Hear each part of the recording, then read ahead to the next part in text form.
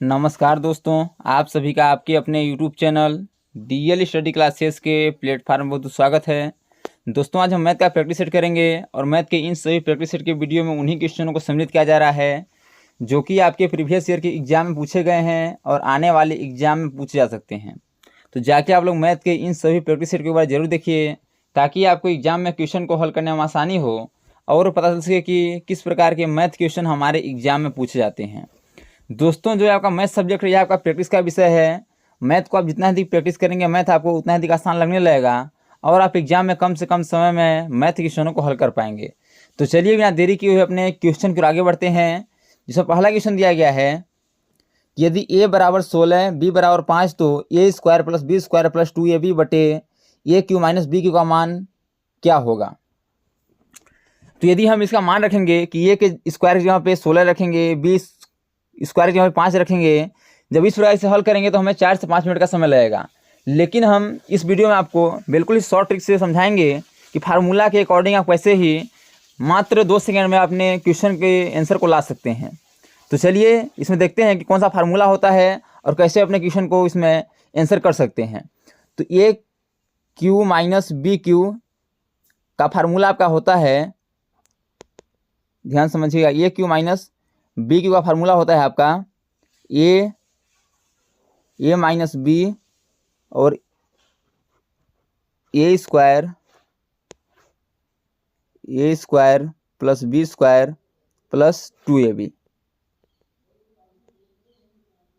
ए square plus B square plus 2ab।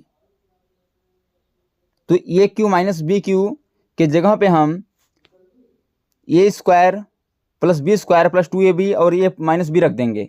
जब इसके मान को रख देंगे तो इसके जगह पे, यानी कि इस मान के जगह पे इस मान को रख देंगे तो A square plus B square plus 2ab से A square plus B square plus 2ab cancel हो जाएगा। तो क्या बचेगा, ऊपर में एक बचेगा, कुछ नहीं है तो ऊपर में क्या बचेगा, एक बचेगा और नीचे क्या बचेगा, ये माइनस बी बचेगा। तब इसे हल कर देंगे तो बराबर 1/1 का मान क्या था, 16, बी का मान क्या था 5। तो हल करेंगे क्या होगा आपका 1 बराबर 1/11, यानी इस क्वेश्चन का आंसर क्या होगा 1/11 होगा। तो किस ऑप्शन में दिया गया है देखिएगा, तो ऑप्शन नंबर बी में दिया गया है, इसे इसका option number B correct answer हो जाएगा। यदि हम इसे फार्मूला के बिना हल करते इसका मान निकालने के लिए तो स्क्वायर करना पड़ता, क्यूब करना पड़ता, इसमें बहुत समय लग जाता। तो एग्जाम में कम से कम समय में क्वेश्चन को हल करना है तो हम इस वीडियो में बिल्कुल ही शॉर्ट ट्रिक बताएंगे कि आप कैसे ही मात्र 2 सेकेंड में अपने क्वेश्चन को आंसर को ला सकते हैं। आपका अगला क्वेश्चन दिया गया है, एक चिड़ियाघर में मोर और चीता हैं, यदि उनके सिरों की संख्या 400 है और पैरों की संख्या 1160 है तो चिड़ियाघर में मोरों की संख्या ज्ञात कीजिए। अब ध्यान समझिएगा कि चिड़ियाघर में मोर और चीता दोनों मिला कितने हैं, 400 हैं, लेकिन उनके पैरों की संख्या कितनी है, तो उनके पैरों की संख्या 1160 है। तो आप देखेंगे तो मोर आपके 2 पैर के होते हैं और चीता क्या होते हैं, चीता आपके 4 पैर के होते हैं। तो बोला है कि चिड़ियाघर में मोर की संख्या क्या होगी। तो इसे आप कैसे निकाल सकते हैं, तो इसे निकालने का आपका फार्मूला होता है L/2 माइनस एच। एल यानी आपके पैरों की संख्या और एच होगा आपका यानी हेड यानी कि सिरों की संख्या। तो इसी मान को रख देंगे तो यल कितने हैं, यानी पैर संख्या कितना है 1160 है, इसी मान पर रखेंगे बटे 2 माइनस सिर कितने हैं तो 400 हैं।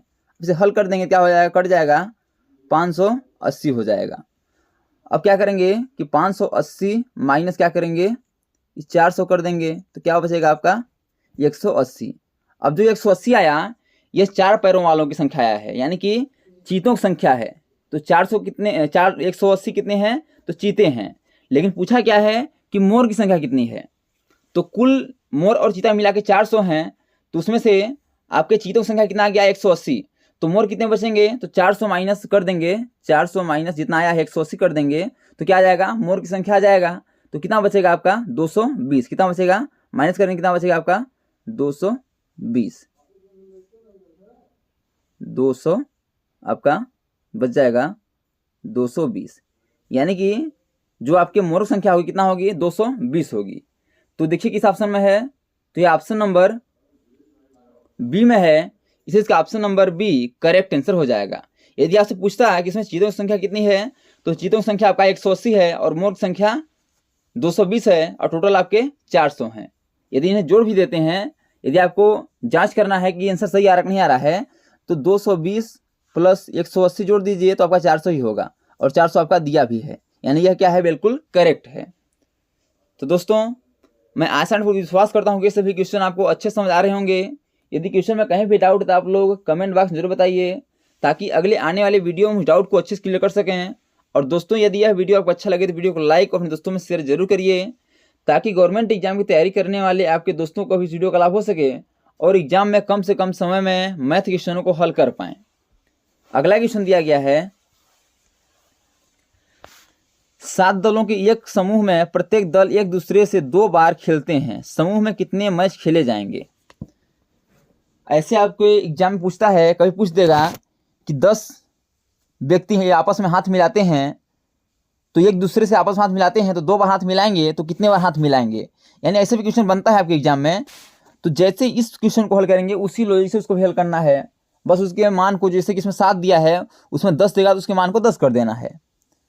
तो बोला है कि 7 दलों के एक समूह में प्रत्येक दल एक दूसरे से 2 बार खेलते हैं, समूह में कितने मैच खेले जाएंगे। तो इसका फार्मूला याद रखिएगा, n माइनस 1/2 n गुण, ये आपका फार्मूला होता है, याद रखिएगा। तो n क्या होगा, जितने आपके दल हैं, तो 7 दल हैं तो इसका मान रख देंगे 7 गुणे फिर 7 माइनस 1/2। हल करेंगे क्या होगा, 7 गुणे 6/2, 2 3 6, कितने हो गए, 7 गुणे 3 कितना हो गया आपके 21। अब जो 21 आया है आपका केवल एक बार खेलने के लिए आया है, लेकिन कितने बार खेले हैं लोग, तो 2 बार खेले हैं। तो 2 बार खेले हैं, क्या करेंगे 21 गुणे 2 कर देंगे, क्या हो जाएगा आपका 42।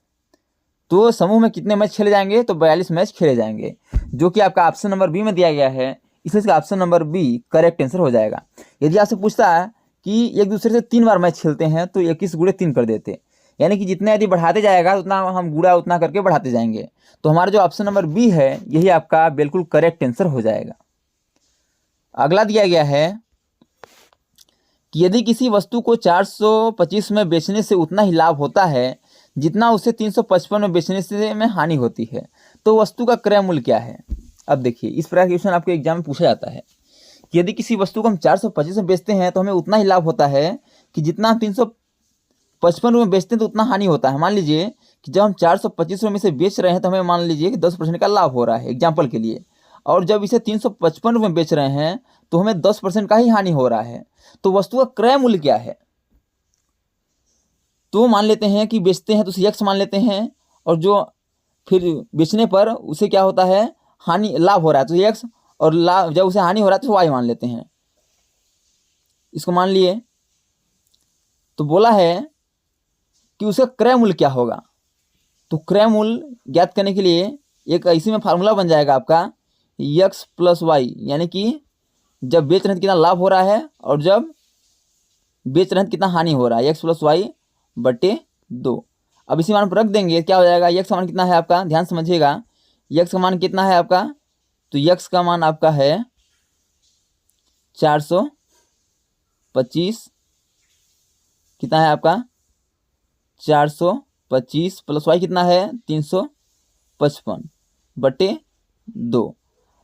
अब इन्हें जोड़ देंगे, कितना होगा आपका 4 3 7 55 80, कितना हो जाएगा, जोड़ देंगे कितना होगा आपका 780 होगा, और बटे 2 है, बटे कितना है, तो बटे 2 है।